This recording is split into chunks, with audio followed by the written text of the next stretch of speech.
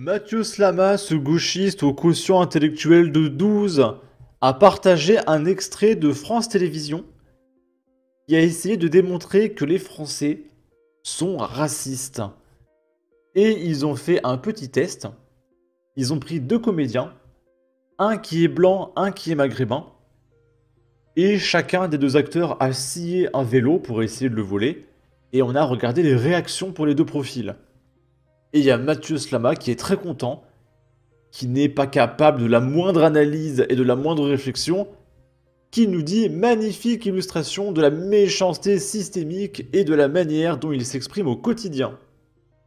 Et du coup, on va regarder cette séquence sur France Télévisions, qui vient d'un reportage qui a eu lieu il y a peu de temps, qui s'appelle « Sommes-nous tous racistes ?» Et évidemment, on va dénoncer massivement, en fait, il n'y a que ça, en fait, les blancs. Tout simplement. Nos caméras cachées vont nous permettre d'observer la réaction des passants. Constat, si la plupart des passants jettent un rapide coup d'œil à Johan, tous continuent leur chemin comme si de rien n'était. Nous avons remplacé Johan par un comédien d'origine maghrébine, Bachir, habillé de la même façon. Étonnamment, l'attitude des passants n'est pas du tout la même. Qu'est-ce qu'il y a, monsieur? Qu'est-ce que vous faites? J'ai perdu la clé. I lost the key. Yes, I lost key. Une cycliste, tout de même, s'arrête et interpelle notre comédien. C'est votre vélo? Oui, c'est mon vélo, oui. C'est un peu bizarre. Vous faites pas agresser? Oh non, ça va. Et au début, vous vous êtes dit quoi? Que je voulais le vélo ou que... La première impression, pour moi, parce que vous avez une tête de tout honnête, c'est que vous aviez perdu vos clés. Ouais. Je coupe. Oui, vous inquiétez pas. Alors, pourquoi les gens s'arrêtent pour le comédien du bas? Et pourquoi la dame pense que le monsieur du haut, il est gentil? Alors déjà, c'est une demeurée, hein, la dame du haut. Tu vois un mec avec une scie, tu te dis pas, il a perdu ses clés. J'en suis presque à me demander si la dame, c'est pas une comédienne elle aussi, honnêtement. Mais bon, pourquoi les gens s'arrêtent en bas? Parce que les gens savent. Tout le monde connaît les statistiques. Tout le monde connaît les statistiques. On n'en est plus à essayer de savoir si les statistiques sont vraies ou pas, France Télévisions. Tout le monde sait. Les gens en sont à l'état de trouver des solutions. Et vu que les gens savent, et qu'ils savent qu'il y a une surreprésentation de certaines communautés, forcément, ça les interpelle de voir un individu d'une certaine communauté qui s'en prend à un vélo. C'est des mathématiques, tout simplement. Ça va. Ça ira. Comment? C'est votre vélo. Vous appelez la police. Et soudain, quelques minutes plus tard... Non, c'est des vrais policiers? Oui. Ah, j'adore! On m'a volé deux vélos dans Paris. J'ai jamais un policier qui est venu. C'est mon vélo, monsieur, c'est mon vélo. C'est mon vélo? Oui, c'est mon vélo. J'ai juste perdu. Alors, loin de moi de douter de la véracité du reportage, mais après, quand tu fais ce genre de sketch, c'est très simple de prendre la séquence pour le mec du haut où personne ne l'interpelle, tu récupères 30 secondes de bande où le mec ici et il se passe rien, et pour le mec du bas, tu récupères la séquence de 30 secondes où il s'est fait arrêter.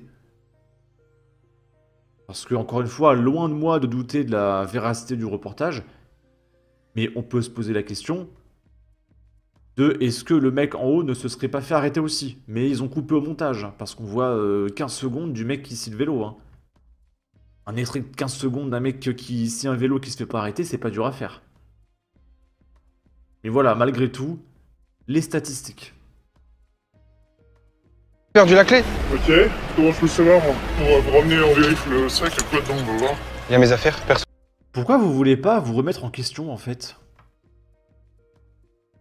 Si les gens commençaient à se remettre en question pour avancer. Pour désamorcer la situation, notre équipe est donc obligée d'intervenir. Le constat est implacable. La situation est la même, tout comme l'attitude et la tenue de nos deux comédiens. Mais la réaction des passants est radicalement différente selon le profil du personnage. Oh bah dis donc. Les stéréotypes ont un caractère automatique. Mais ensuite, le comportement, le choix qu'ont fait certains passants de téléphoner à la police. Ici, c'est un choix délibéré. On a donc d'un côté le stéréotype qui va arriver de manière assez automatique inconsciente pour reprendre vos termes, parce qu'il est culturellement appris, culturellement enseigné d'une certaine manière. Non, les stéréotypes, c'est quand tu vis quelque chose tellement de fois qu'au bout d'un moment, tu peux commencer à faire des généralités et te méfier. Les stéréotypes, ça ne naît pas du Saint-Esprit. Encore une fois, remettez-vous en question. Pourquoi il y a des stéréotypes? Tu vas me faire croire que personne ne vole de vélo. Mais ensuite, on peut choisir de délibérément ou non adhérer à ce stéréotype, à ce préjugé. On a une parfaite illustration de tout ce que j'ai évoqué. La catégorisation. Moi, je suis désolé, mais chez moi, on m'a menacé de mort. Allez, 3 fois. Bah, le profil des individus, je pense que tout le monde sait, hein. Et là, c'est factuel. Remettez-vous en question. Social, eux, nous, est-ce qu'il fait partie de mon groupe ou non, qui active automatiquement des stéréotypes, qui entraînent des préjugés, je les aime, je ne les aime pas, j'ai confiance, je n'ai pas confiance, et qui, dans certains cas, déclenchent le comportement discriminatoire. Ça vole pas très haut, hein. Et le mec, c'est un psychologue qui touche beaucoup d'argent. Parce que pour passer sur France Télévisions, c'est qu'il est un petit peu connu, il a reçu pas mal de pognon. À mon avis, on lui a dit de dire des choses. C'est pas très élevé intellectuellement comme réflexion, franchement. Vous confondez racisme et préjugés. Voilà ce qui arrive quand ce sont fréquemment les mêmes qui ont tendance à voler. On finit par amalgamer. Chat échaudé craint l'eau froide. Ce n'est absolument pas une preuve de méchanceté. C'est du théâtre du début à la fin. Et quel clown! Ça illustre juste la réalité du quotidien sans trop prendre de risques. L'intérêt de cette vidéo serait de demander aux policiers la proportion de vols commis par le premier profil versus le profil du second. Parce que si France Télévisions, vous voulez dire que les Français sont méchants, mais faites péter les statistiques ethniques. Arrêtez de tourner autour du pot. Il y a une solution pour mettre fin à tout ça, vous nous sortez les stats en fait. Sauf que vous ne le faites pas parce que tout le monde sait, en fait. C'est incroyable. Là, on a un médecin et un auteur de livres qui nous dit que les homicides ont baissé à partir du moment où l'immigration a augmenté. Ils osent tout. Ils osent tout. Par ailleurs, en France, la majorité des homicides, qui sont à peu près autour de 1000 par an actuellement, sont commis par des Français contre des Français. Et quand on regarde l'histoire de France, les homicides ont baissé depuis la fin du Moyen-Âge, à peu près, de ce qu'on peut à peu près compter. Et ils ont même baissé depuis les années 90, ils ont été divisés par 2 ou 2,5 selon les années. Et les homicides en France ont baissé quand l'immigration a augmenté.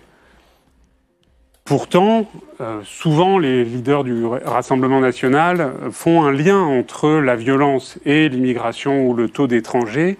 Et donc, je me demande pourquoi la proposition politique est systématiquement biaisée envers une cause qui est fausse. Non mais déjà, si c'est biaisé, tu vas me sortir les stats! Sortez-nous les stats ethniques! Au lieu de passer sur tous les plateaux TV, sortez les stats! Et ça sera fini! Et du coup, on va quand même regarder des stats de Marc Vanguard. Ce ne sont pas des stats ethniques, hein. Depuis 2009, le taux d'homicide a baissé de 0,2% en Europe occidentale, s'est effondré de 0,8% dans le reste de l'Europe, mais pourtant, il a stagné en France. Et il a même un petit peu augmenté. Et là, on voit la diminution ou l'augmentation du nombre d'homicides pour 100 000 habitants entre 2009 et 2023. Et quand on regarde de plus près, le taux d'homicide est même en augmentation en France. Entre 2020 et 2023, il a connu une hausse de 25%. Parce que là, c'est entre 2009 et 2023. Là, c'est 2020 et 2023. Il y a eu une hausse de 25% qui fait figure d'anomalie en Europe. L'Europe, elle est à 0,9 pour 100 000 habitants. La France, elle est quasiment au double. Elle est 1,5 fois au-dessus. C'est une anomalie dans l'Europe, le taux d'homicide en France. Pourquoi cette hausse? À partir des données disponibles, on peut estimer qu'environ 70% de l'augmentation du nombre d'homicides depuis 2020 est due à l'intensification des batailles entre gangs de narcotrafiquants. En fin de compte, la France est le deuxième pire pays d'Europe occidentale en taux d'homicide, juste derrière la Belgique, avec un taux 2 fois supérieur à celui d'Italie et presque 2 fois supérieur à celui de l'Espagne. Après, Marc Vanguard nous dit ça, mais il ne nous parle pas de la Lituanie, là-bas, qui est à 4,2. Peut-être qu'il y a un contexte de guerre. Mais bref, regardez, là, tous les pays d'Europe, on a 0,6, 0,7. La France, on a 1,30. La Belgique a 1,40 quasiment, quoi. Élargissons à l'ensemble des pays européens suivis par Eurostat. La France a un taux d'homicide plus élevé que dans 85% des pays européens. On voit que la Lettonie et la Lituanie, c'est carrément une anomalie. Encore une fois, je n'ai pas trop le contexte des pays en question. Et on a Belgique, Estonie, France, c'est le top 3.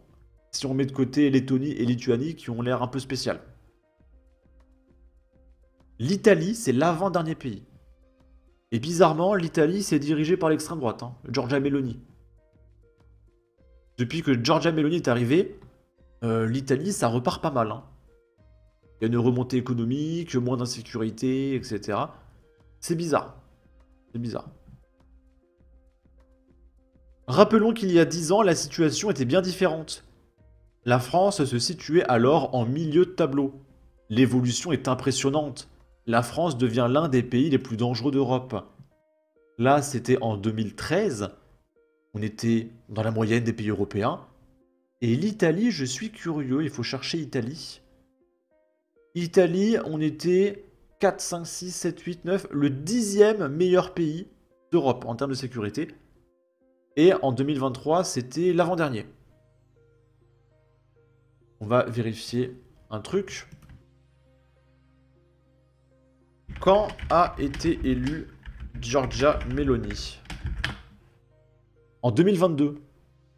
C'est bizarre. Je pensais que c'était plus récent.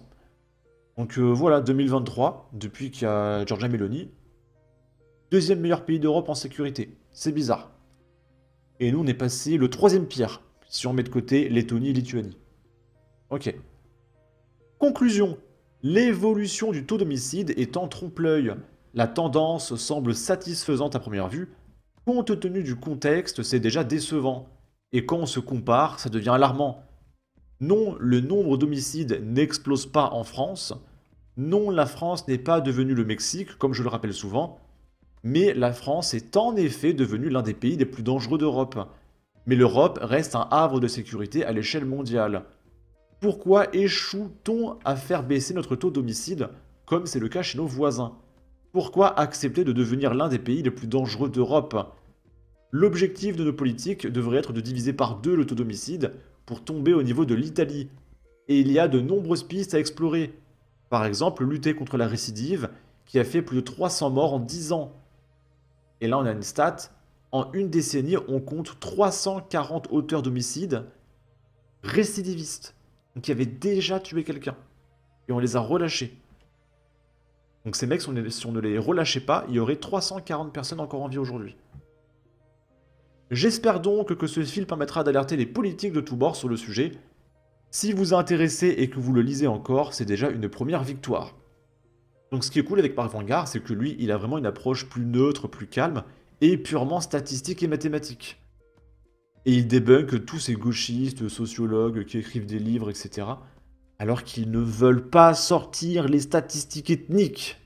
Ça fait 10 ans qu'ils se plaignent, oui, vous faites des amalgames, sortez les stats. Si vous avez confiance en vous, vous nous sortez les stats.